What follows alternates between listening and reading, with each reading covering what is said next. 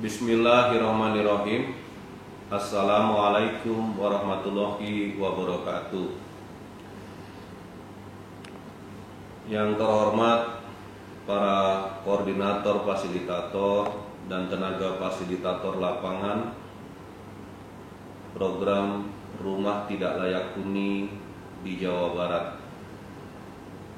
Pertama-tama saya mengucapkan selamat kepada para korpas dan kepada tenaga fasilitator terpilih di 26 kabupaten kota yang akan melaksanakan tugasnya di tahun 2020 ini. Sungguh ada sesuatu yang berbeda apa yang saya sampaikan sekarang ini dalam pelatihan para korpas dan tenaga fasilitator, karena saat ini kita sedang menghadapi masa COVID atau pandemi Corona yang terjadi di negara kita, di Jawa Barat, dan juga bahkan di seluruh dunia. Nah, meskipun demikian, saya harapkan apa yang saya sampaikan ini cukup dapat dipahami dan memberikan masukan dan informasi yang banyak kepada korpas dan tenaga fasilitator. Bapak, Ibu, dan seluruh tenaga korpas fasilitator yang saya cintai dan saya banggakan, sebagaimana kita ketahui berdasarkan Undang-Undang Nomor 1 Tahun 2011 tentang Perumahan dan Kawasan Permukiman, bahwa setiap orang berhak hidup sejahtera lahir dan batin, bertempat tinggal dan mendapatkan lingkungan hidup yang baik dan sehat sebagai kebutuhan dasar bagi semua. Amanat undang-undang ini tentu adalah bagian yang tidak terpisahkan dari tanggung jawab pemerintah untuk menyediakan perumahan yang layak yang merupakan kebutuhan dasar tersebut. Dan oleh karena itulah maka kondisi rumah tidak layak huni yang sampai saat ini masih banyak berada di Jawa Barat dan tersebar di kabupaten kota, maka selayaknya lah kita dapat tuntaskan dengan kemampuan kita masing-masing dalam mewujudkan perumahan yang sehat dan perumahan yang secara lingkungan cukup baik itu. Bapak Ibu sekalian yang saya hormati dan yang saya cinta dan banggakan, program perbaikan rumah tidak layak ini adalah stimulan bagi masyarakat berpenghasilan rendah untuk meningkatkan keswadayaan di dalam pemenuhan rumah layak huni dari pemerintah Provinsi Jawa Barat melalui Badan Kesewadayaan Masyarakat atau Lembaga Pemberdayaan Masyarakat Desa LPMD dan badan-badan lainnya yang ada di setiap desa atau kelurahan yang dilakukan secara swakelola. Jadi oleh karena itu prinsip yang kita lakukan ini adalah kita memberikan stimulan dan dilaksanakan secara swakelola.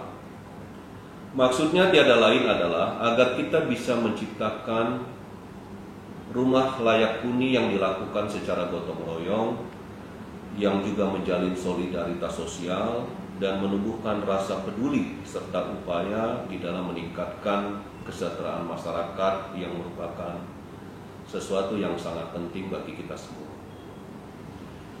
Bapak Ibu sekalian yang saya hormati, sebagai informasi juga bahwa program Rumah Tidak Layak Huni ini yang kita lakukan ini sekarang sudah berlangsung sejak tahun 2013 dan kurang lebih sudah 1.476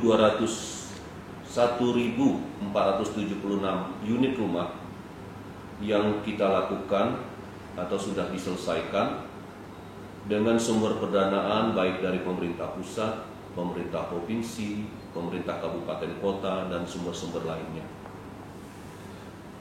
Dalam 5 tahun terakhir, sejak 2019 sampai 2023, di dalam data yang kita sudah sepakati bersama dan menjadi program strategis dalam rencana pembangunan jangka menengah daerah Provinsi Jawa Barat, maka akan kita targetkan kurang lebih 189.471 unit atau bisa dibulatkan 190.000 unit yang akan kita lakukan program Rutilahu di Jawa Barat dalam 5 tahun ke depan.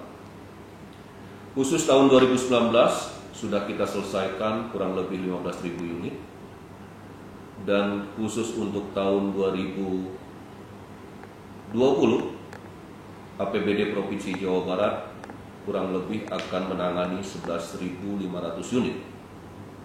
Jadi kalau dari target 190.000 unit itu, 100.000-nya merupakan target yang akan dilakukan oleh pemerintah Provinsi Jawa Barat. Dan dalam 2 tahun terakhir ini, di 2019 15.000 dan 2020 11.500 unit, maka di tahun-tahun mendatang tentu akan lebih besar lagi yang akan kita lakukan untuk program ini. Sebagai catatan juga, mekanisme yang kita lakukan ini adalah melalui mekanisme bantuan sosial, dan mungkin tahun 2020 ini adalah tahun terakhir, karena nantinya di tahun 2021 mekanismenya akan kita lakukan melalui bantuan keuangan kepada kabupaten kota, tapi tentu keberadaan Korpas dan tenaga fasilitator lapangan masih sangat dibutuhkan untuk mendukung kelancaran program ini. Sebagai informasi lain, karena nanti pelatihan juga akan memberikan kedetilan bagi Bapak Ibu sekalian, bahwa ada 3 kriteria yang akan kita lakukan untuk program ini.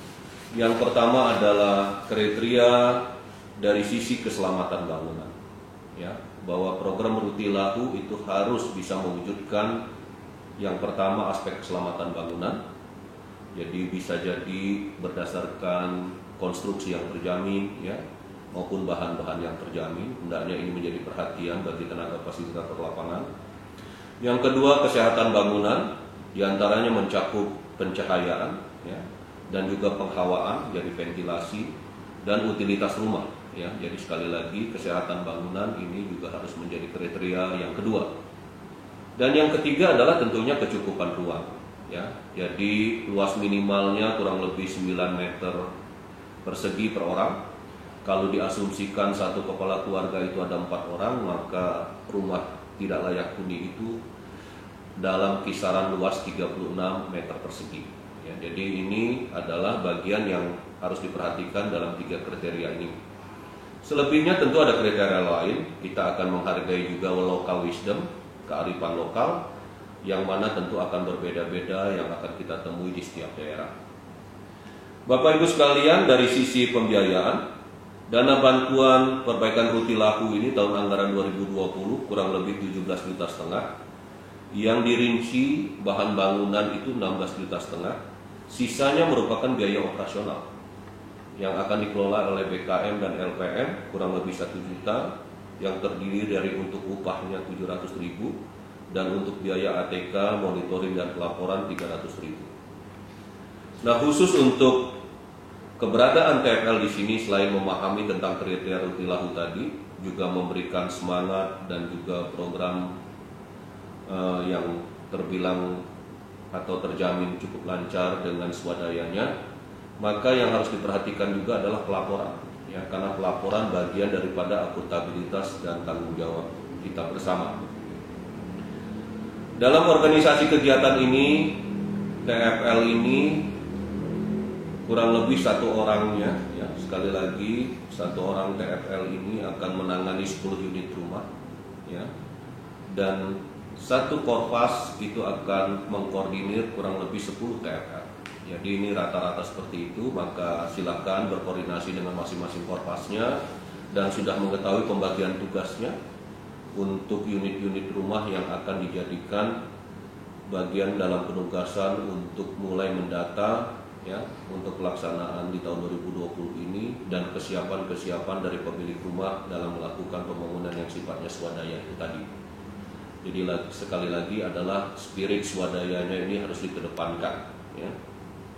Nah, hal lain yang perlu saya sampaikan selain tugas-tugas tadi, hendaknya juga BKM, LKM, LPM dan KSM ini, ya, dapat juga menjalankan dan bisa juga mengkonsolidasikan seluruh keberadaan TFL di lapangan ini dengan baik, sehingga proses-proses pencairannya juga dapat dilakukan juga dengan baik. Dan kita sekali lagi akan menjaga proses pencairan ini sesuai dengan laporan-laporan yang akuntabel, ya, yang bertanggung jawab, sehingga nantinya juga akan disampaikan kepada bank penyalur dan semuanya itu atas rekomendasi koordinator fasilitator lapangan. Jadi kita menghindari hal-hal yang tidak kita inginkan karena semuanya harus dalam pengendalian yang sama, ya, dan tahu tugas dan tanggung jawabnya masing-masing. Akhir kata saya ucapkan selamat bertugas di lapangan, dan pesan saya bekerjalah dalam masa COVID ini tetap menjunjung tinggi, ya, protokol kesehatan, baik social distancingnya, physical distancingnya, dan seminimal mungkin melakukan temu-temu atau kontak langsung. Jadi bisa jadi menggunakan perangkat-perangkat teknologi, ya, yaitu dengan HP atau dengan laptop, ya, dan sebagainya. Yang paling penting setiap pertemuan itu dapat menghasilkan keputusan, dapat menghasilkan kejelasan tentang program ini harus dilakukan seperti apa. Sekali lagi, kesehatan jauh yang lebih utama, maka itulah yang harus kita prioritaskan bersama di masa COVID-19 ini, ya. Nah, selain daripada itu, saya juga mengamanatkan agar pelaksanaan ini dilakukan dengan setransparansi mungkin, ya. Ya, tidak boleh ada unsur-unsur yang mementingkan kepentingan kelompok, apalagi pribadi. Semuanya demi kepentingan masyarakat yang sudah kita setujui usulannya masing-masing, ya. Dan yang paling penting juga adalah jauh dari, ya, hal-hal yang bersifat kolusi, korupsi, dan nepotisme, ya. Sekali lagi itu harus kita hindari.